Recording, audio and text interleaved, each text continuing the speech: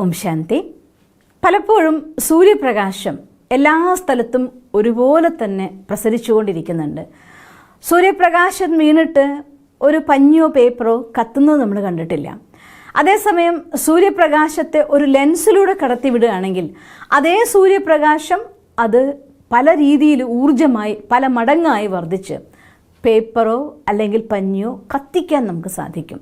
നമ്മളെപ്പോഴും കുട്ടിക്കാലത്ത് പലപ്പോഴും നമ്മൾ പരീക്ഷിച്ച് നോക്കിയിട്ടൊരു പരീക്ഷണമാണത്.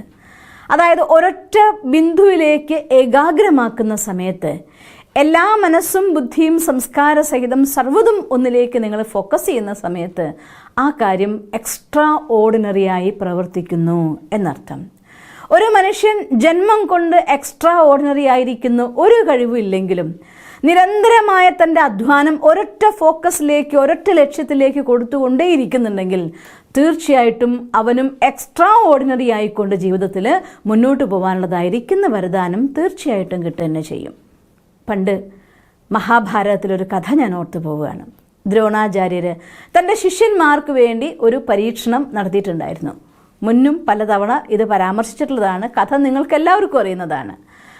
എല്ലാ കുട്ടികളെയും അസ്ത്രവിദ്യ പഠിപ്പിക്കുന്ന സമയത്ത് അവരുടെ ഏകാഗ്രതയെ പരീക്ഷിക്കാൻ വേണ്ടി കൊണ്ട് പരീക്ഷാ ഹാള് അവരുടെ ഒരു മരത്തിൽ മേലെ ഒരു കിളി ഇരിക്കുന്നു. ആ കിളിയുടെ കണ്ണിലേക്ക് അസ്ത്രമേത് കൊള്ളിക്കാൻ വേണ്ടി ഗുരു ശിഷ്യന്മാരോട് പറയുകയാണ്. ഓരോരുത്തർ വരുമ്പോഴും ഗുരു ചോദിക്കും, നിങ്ങൾ എന്താ കാണുന്നത്? പലരും ആ പക്ഷിയെ കണ്ടു, ചിലർ പക്ഷിയും ആ ശാഖയും കൂടെ കണ്ടു, ചിലർ മുഴുവൻ മരം കണ്ടു, ചിലർ മരവും അതിൻ്റെ താഴെയുള്ള ജീവികളെയും കണ്ടു. അങ്ങനെ ഓരോരുത്തരും പല രീതികളിൽ കണ്ടുകൊണ്ടിരുന്നു. ഓരോരുത്തരെ കുറിച്ചും ഓരോ കമൻറ്റ് പറഞ്ഞ് മാറ്റിക്കൊണ്ടിരുന്നു. അവസാനം അർജുനൻ വന്ന സമയത്ത് അർജുനനോട് ചോദിച്ചു, നീ എന്താണ് കാണുന്നത്? അർജുനൻ പറഞ്ഞു, ആ പക്ഷിയുടെ കണ്ണ് മാത്രമേ എനിക്ക് കാണാൻ പറ്റുന്നുള്ളൂ. വീണ്ടും ചോദിച്ചു, എന്താണ് കാണുന്നത്? നന്നായി നോക്കി നോക്കൂ, എനിക്ക് ആ പക്ഷിയുടെ കണ്ണ് മാത്രമേ കാണുന്നുള്ളൂ. വീണ്ടും ചോദിക്കുകയാണ് ഗുരു, നന്നായിട്ട് നോക്കി നോക്കൂ, എന്താ കാണാൻ പറ്റുന്നത്? എനിക്ക് ആ പക്ഷിയുടെ കണ്ണ് മാത്രമേ കാണാൻ പറ്റുന്നുള്ളൂ. അവിടെയാണ് പറയുന്നത്, ഇവനാണ് നമ്പർ 1 ധനുർധാരി എന്ന് പറയുന്നത്. അസ്ത്രവിദ്യയിൽ മിടുക്കനായവൻ വളരും എന്ന് ഗുരു ആശംസിക്കുകയാണ് സമയത്ത്. ജീവിതത്തിൽ ലക്ഷ്യത്തിലേക്ക് മുന്നോട്ട് പോകുന്ന സമയത്ത് ഏതാണോ നമ്മുടെ ലക്ഷ്യം ആ ലക്ഷ്യത്തിലേക്ക് മാത്രം നമ്മൾ ശ്രദ്ധ കൊടുത്തുകൊണ്ട് അതിനുവേണ്ടി എഗെയിൻ ആൻഡ് എഗെയിൻ പിന്നെയും പരിശ്രമിച്ചു കൊണ്ടിരുന്നാൽ തീർച്ചയായിട്ടും ഫോക്കസ് എന്ന ഒരൊറ്റ ഏകാഗ്രതയുടെ ഒരൊറ്റ ബിന്ദുവിലേക്ക് നിങ്ങൾക്ക് ഏകാഗ്രാക്കാൻ സാധിക്കുമെങ്കിൽ, ഫോക്കസ് ചെയ്യാൻ സാധിക്കുമെങ്കിൽ തീർച്ചയായിട്ടും സാധാരണക്കാരനിൽ നിന്ന് സ്പെഷ്യൽ ആവാൻ നമുക്ക് സാധിക്കും. അതിന് കുറച്ച് കാര്യങ്ങൾ നമ്മുടെ ജീവിതയാത്രയിൽ നമ്മൾ ശ്രദ്ധിക്കണമെന്ന് മാത്രം. ഒന്നാമത്തെ കാര്യം നമ്മൾ ചെയ്യേണ്ടത്, ഏത് കാര്യമാണോ എൻ്റെ ടാലൻറ്റ് അല്ലെങ്കിൽ എൻ്റെ കഴിവ്, എനിക്ക് ഏതിലാണോ എത്ര സമയം പ്രവർത്തിച്ചാലും മടുക്കാതെ ഇൻട്രസ്റ്റോടുകൂടി വീണ്ടും ചെയ്യാൻ പറ്റുന്നത്, ആ കാര്യത്തെ ആദ്യം നമുക്ക് കണ്ടെത്താനായിട്ട് സാധിക്കണം. നമ്മൾ ആരും എല്ലാ കാര്യവും ചെയ്യാൻ വേണ്ടി ജനിച്ചവരല്ല. ഭൂമിയിൽ എല്ലാവരും അവനവൻ്റെതായിരിക്കുന്ന ഒരു സ്കില്ലോടുകൂടെ ജനിച്ചിട്ടുണ്ടായിരിക്കും.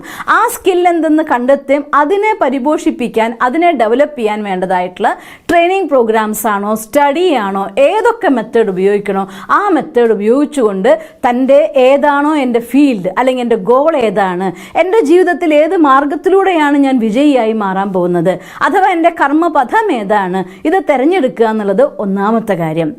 രണ്ടാമത്തെ കാര്യം, ഞാൻ ഓർക്കും വാരൻ ബഫറ്റിൻ്റെ ഒരു ബുക്ക് വായിക്കുന്ന സമയത്ത് 80% പഠിക്കുകയും 20% പ്രവർത്തിക്കുകയും ചെയ്യുന്ന ഒരു വ്യക്തി എന്ന് അദ്ദേഹത്തെക്കുറിച്ച് ഞാൻ കേട്ടത്.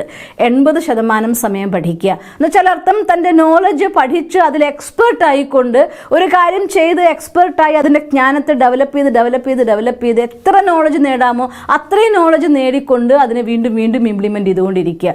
ഒരു കാര്യത്തെക്കുറിച്ച് എത്ര കൂടുതൽ എക്സ്പേർട്ടായിട്ട് നിങ്ങൾ പഠിക്കാൻ സമയം ഉപയോഗിക്കുന്നു അത്രയും ഈസി ആയിക്കൊണ്ട് നിങ്ങൾക്ക് ആ കാര്യത്തിന് എക്സ്പേർട്ട് ആവാൻ പറ്റും. ഈ പറഞ്ഞതിൻ്റെ മറ്റൊരർത്ഥം എടുക്കരുത്, ഒരു ദിവസം ഞാൻ എക്സ്പേർട്ട് ആവട്ടെ എന്നിട്ട് തുടങ്ങാമെന്ന് കാത്തിക്കരുത്.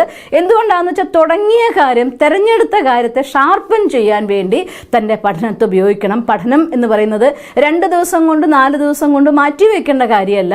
നിരന്തരം പഠിച്ചുകൊണ്ടിരിക്കുമ്പോൾ, ഒരൊറ്റ ലക്ഷ്യത്തിൽ നിരന്തരം പരിശ്രമിക്കുമ്പോൾ 80% നിങ്ങൾ അതിൻ്റെ ഉള്ളിൽ പൂർണ്ണ പരിശ്രമം കൊടുത്തു കഴിയുമ്പോൾ ആ അവസാനത്തെ 20%-ൽ ദ ബെസ്റ്റ് റിസൾട്ട് നിങ്ങൾക്ക് തീർച്ചയായിട്ടും കിട്ടും. ഓട്ടക്കാർ ഓടുമ്പോൾ വേണമെങ്കിൽ നമുക്ക് ഉദാഹരണം കാണാം. ഈ റിലേ ഓട്ടക്കാരുണ്ടല്ലോ, ആദ്യത്തിൽ ഒന്നും ഓടി എത്തി എത്തിയിട്ടില്ല എങ്കിൽ പോലും അവസാനത്തിൽ ഓടുന്ന ആളെ, ഏറ്റവും ഫാസ്റ്റായിട്ട് ഓടുന്ന ആളെ നിർത്താറുണ്ട്. കാരണം അവസാനത്തെ ആ ഒരു ലാസ്റ്റ് മൊമെന്റിലാണ് ട്രോഫി നേടാൻ പറ്റുക. ഏറ്റവും ആദ്യം വളരെ വേഗത്തിൽ ഓടുന്ന ആൾ നിർത്തിയാലും അവസാനത്തിൽ ഓടുന്ന ആൾ കുറച്ച് സ്ലോ ആയി പോയാൽ അതോടെ ആ മത്സരത്തിൽ തോറ്റുപോകും.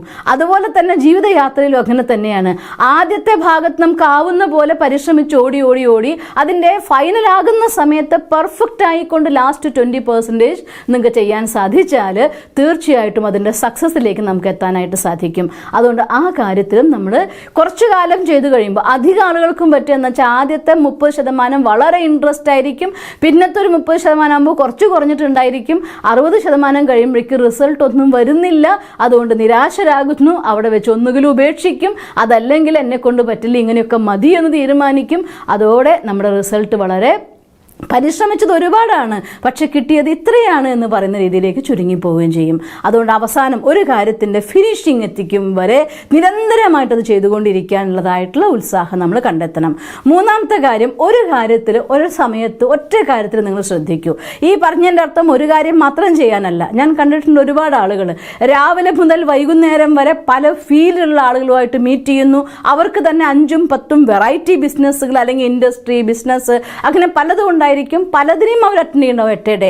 പക്ഷെ നല്ല കാര്യം തന്നെ, നിങ്ങളുടെ കഴിവിൻ്റെ ഓപ്റ്റിമം യൂസ് എന്ന് പറയും. മാക്സിമം നിങ്ങളുടെ കല എത്രയുണ്ടോ കഴിവുണ്ടോ നിങ്ങൾക്ക് ഉപയോഗിക്കാവുന്നതാണ്. പക്ഷെ ഒരു കാര്യം ചെയ്യുമ്പോൾ ആ കാര്യത്തിൽ പൂർണ്ണമായി കോൺസെൻട്രേറ്റ് ചെയ്തിട്ടുണ്ടായിരിക്കണം. മീൻസ് 8 to 9 എൻ്റെ ഇവിടുത്തെ മീറ്റിംഗ് ആണെങ്കിൽ ഇവിടുത്തെ മീറ്റിംഗിലിരുന്ന് സംസാരിച്ചു കൊണ്ടിരിക്കുമ്പോൾ വേറൊരു കാര്യത്തെക്കുറിച്ച് ഓർക്കരുത്. ഫുൾ പ്രസൻറ്റ്, മനസ്സുകൊണ്ടും ബുദ്ധി കൊണ്ടും പൂർണ്ണമായിക്കൊണ്ട് ആ കാര്യത്തെ കണ്ടും കേട്ടും പഠിച്ചും ചെയ്യുന്ന കാര്യം പൂർണ്ണമായി സമർപ്പണത്തോടെ ഏകാഗ്രതയോടുകൂടെ ചെയ്യുക. എങ്കിൽ നമുക്ക് ആ ടാസ്കിൽ ജയിക്കാനായിട്ട് സാധിക്കും. അതല്ല എങ്കിൽ ഡേ ബൈ ഡേ നിങ്ങൾ നോക്കിക്കോളൂ, ഒന്ന് ചെയ്യുമ്പോൾ മനസ്സ് മറ്റൊന്നിലേക്ക് പോകും. മനസ്സ് ഒരു ഭാഗത്തും കർമ്മം വേറൊരു ഭാഗത്തും ആകുമ്പോൾ സ്വാഭാവികമായിട്ടും നിങ്ങളുടെ എഫിഷ്യൻസി കുറയാൻ തുടങ്ങും, കോൺസെൻട്രേഷൻ കുറയാൻ തുടങ്ങും, മനസ്സിനുള്ളിൽ ദ്വന്ദ്ം യുദ്ധം നടക്കാൻ തുടങ്ങും. പതുക്കെ പതുക്കെ പതുക്കെ നിങ്ങളുടെ ലോ ലെവലായിട്ടുള്ള പെർഫോമൻസ് വരാൻ തുടങ്ങും. അതുകൊണ്ട് എപ്പോഴും ശ്രദ്ധിക്കുക, പഠിക്കുകയാണോ ഈ സമയം എനിക്ക് പഠിക്കാനുള്ളതാണ്, അത് ഞാൻ അതിൽ പഠിക്കുകയാണ്. എൻജോയ് ചെയ്യാണോ ഈ സമയത്ത് എനിക്ക് എൻജോയ് ചെയ്യാനുള്ളതാണ്, പൂർണ്ണമായിട്ട് എൻജോയ് ചെയ്തോളൂ. പക്ഷേ ഒരു കാര്യം ഒരു സമയത്ത് അത് നമ്മൾ തീർച്ചയായിട്ടും നിശ്ചയിച്ച് വെച്ചിട്ടുണ്ടായിരിക്കണം. എല്ലാം കൂടെ കൂട്ടി കുഴയ്ക്കരുത്, അവിടെ ഒന്നിനും നമുക്ക് റിസൾട്ട് കിട്ടാൻ സാധ്യമല്ല. അങ്ങനെ ടൈം ടേബിൾ ഇട്ടുകൊണ്ട് ഓരോ കാര്യത്തിനും സമയം കൊടുത്തുകൊണ്ട് 100 കാര്യം വേണമെങ്കിൽ ഒരു ദിവസം ചെയ്തോളൂ, അത് നിങ്ങളുടെ എഫിഷ്യൻസിയാണ്. പക്ഷേ അതിനർത്ഥം എല്ലാം കൂടി ഒന്നിപ്പിച്ചാക്കിക്കൊണ്ട് നിങ്ങളുടെ എഫിഷ്യൻസിയിൽ പോറലേൽക്കാനായിട്ട് അനുമതി കൊടുക്കരുത്. പിന്നെ അടുത്ത കാര്യം എന്താ വെച്ചാൽ നമ്മുടെ സബ് കോൺഷ്യസ് മൈൻഡിനെ ആക്ടിവേറ്റ് ചെയ്യാൻ വേണ്ടി ശ്രമിക്കണം. അതിനുള്ളതായിരിക്കുന്ന ബെസ്റ്റ് മെത്തേഡാണ് മെഡിറ്റേഷൻ. രാവിലെ നേരത്ത് തീർച്ചയായിട്ടും നിങ്ങൾ കുറച്ച് സമയം മെഡിറ്റേഷന് വേണ്ടി മാറ്റിവെച്ചേ പറ്റുള്ളൂ. മെഡിറ്റേഷനിലൂടെ മനസ്സിനെ ശാന്തമാക്കി ആ ശാന്തമായ മനസ്സിൽ നിങ്ങളൊന്ന് ആലോചിച്ച് നോക്കിയാൽ ഒരു തടാകത്തിൻ്റെ ഉള്ളിൽ അല്ലെങ്കിൽ ഒരു കുളത്തിൽ വെള്ളം ശാന്തമായി നിൽക്കുകയാണ്, അലകളില്ല എങ്കിൽ നേരെ നോക്കിയാൽ അതിൻ്റെ അടിത്തട്ടിൽ എന്തെന്ന് പോലും നമുക്ക് കാണാം. അതുപോലെ മെഡിറ്റേഷനിലൂടെ മനസ്സിനെ ശാന്തമാക്കുന്ന സമയത്ത് അതിൻ്റെ ആഴത്തിലുള്ളതായിട്ടുള്ള ക്രിയേറ്റിവിറ്റി കൂടി പുറത്തേക്ക് ഉണർന്നു വരും. അങ്ങനെ നമ്മുടെ ഉപബോധ മനസ്സ് ക്രിയാത്മകമാകുന്നതോടെ, ഉപബോധ മനസ്സ് ആ കാര്യത്തെ ഏറ്റെടുക്കുന്നതോടുകൂടി നമ്മുടെ മുന്നോട്ടുള്ള യാത്ര അറിയാതെ സക്സസ്സിലേക്ക് പോകുന്ന ഒരവസ്ഥ ക്രിയേറ്റ് ചെയ്യപ്പെടും. അതുകൊണ്ട് ഉപബോധ മനസ്സിനെ ഉണർത്താൻ വേണ്ടി അതിരാവിലെ സമയം മെഡിറ്റേറ്റ് ചെയ്യുക എന്നുള്ളത് വളരെ അത്യാവശ്യമായ കാര്യമാണ്. മാത്രമല്ല ഓരോ ദിവസം നമുക്ക് ചെയ്യേണ്ട ഒരുപാട് കാര്യങ്ങളുണ്ടായിരിക്കും. ഇന്നത്തെ ദിവസം തന്നെ ഇതും ചെയ്യണം അതും ചെയ്യണം, ഒത്തിരി കാര്യങ്ങളുണ്ടായിരിക്കും. ചിലപ്പോൾ കാര്യങ്ങളുടെ അധികത കൊണ്ട് ചില കാര്യങ്ങൾ ചില ദിവസം ചെയ്യാൻ പറ്റിയില്ലെന്നും വരും. പക്ഷേ വളരെ ഇമ്പോർട്ടൻ്റ് ആയിട്ടുള്ള കാര്യം അന്ന് തന്നെ ചെയ്യേണ്ട കാര്യം അഥവാ ചെയ്യാതെ പോയി കഴിഞ്ഞാൽ ഒരു പക്ഷേ നമുക്ക് ആ ദിവസത്തിൻ്റെ മിസ്സിങ്ങിനെ കോപ്പപ്പ് ചെയ്യാൻ സാധിച്ചില്ലെന്ന് വരും. അതുകൊണ്ട് ഓരോ ദിവസവും നമ്മൾ ചെയ്യുമ്പോൾ ദ മോസ്റ്റ് ഇമ്പോർട്ടൻ്റ് ആയിരിക്കുന്ന 3 കാര്യങ്ങളെങ്കിലും ഇത് ഇന്ന് ചെയ്തേ പറ്റൂ, കഴിയുമെങ്കിൽ ടോട്ടൽ ആക്ടിവിറ്റീസിനെ പ്രയോറിറ്റി വൈസ് നമ്മൾ ലിസ്റ്റ് ചെയ്യുക. അതല്ലാന്നുണ്ടെങ്കിൽ ഏറ്റവും ഇമ്പോർട്ടൻ്റ് ആയിട്ട് ചെയ്ത കാര്യത്തിന് ഫസ്റ്റ് പ്രിഫറൻസ് കൊടുക്കുക. ടൈമും അതുപോലെ തന്നെ ആ ആക്ഷനും രണ്ടിനും നിങ്ങൾക്ക് ഇമ്പോർട്ടൻസ് കൊടുത്തുകൊണ്ട് ലിസ്റ്റ് തയ്യാറാക്കുകയാണെങ്കിൽ, ഈ കാര്യങ്ങൾ നിങ്ങൾ ശ്രദ്ധിക്കുകയാണെങ്കിൽ ഈ ഫോക്കസിങ്ങിലൂടെ സാധാരണമായിരിക്കുന്ന കലകളോടുകൂടി സാധാരണ കഴിവുകളോടുകൂടി ഒരു സാധാരണക്കാരനായി ജനിച്ചാലും ഈ എക്സ്ട്രാ ഓർഡിനറി ഫോക്കസിങ് നിങ്ങളെ എക്സ്ട്രാ സ്പെഷ്യലാക്കി മാറ്റുക തന്നെ ചെയ്യും. അങ്ങനെ സാധാരണയിൽ നിന്ന് സ്പെഷ്യലായി മാറാൻ നിങ്ങൾക്ക് സാധിക്കട്ടെ എന്ന് ഞാൻ ഈശ്വരനോട് പ്രാർത്ഥിക്കുന്നു. ഓം ശാന്തി. ദിവസം തോറും ജീവിത വിജയങ്ങൾക്ക് വെളിച്ചം വീശുന്ന പുത്തൻ വീഡിയോകൾക്കായി ഞങ്ങളുടെ യൂട്യൂബ് ചാനൽ സബ്സ്ക്രൈബ് ചെയ്യൂ. നോട്ടിഫിക്കേഷൻ ലഭിക്കുന്നതിനായി ബെൽ ഐക്കൺ ക്ലിക്ക് ചെയ്യൂ. ഒപ്പം ഞങ്ങളുടെ ഫേസ്ബുക്ക്, ട്വിറ്റർ, ഇൻസ്റ്റാഗ്രാം പേജുകൾ ഫോളോ ചെയ്യൂ. നന്ദി.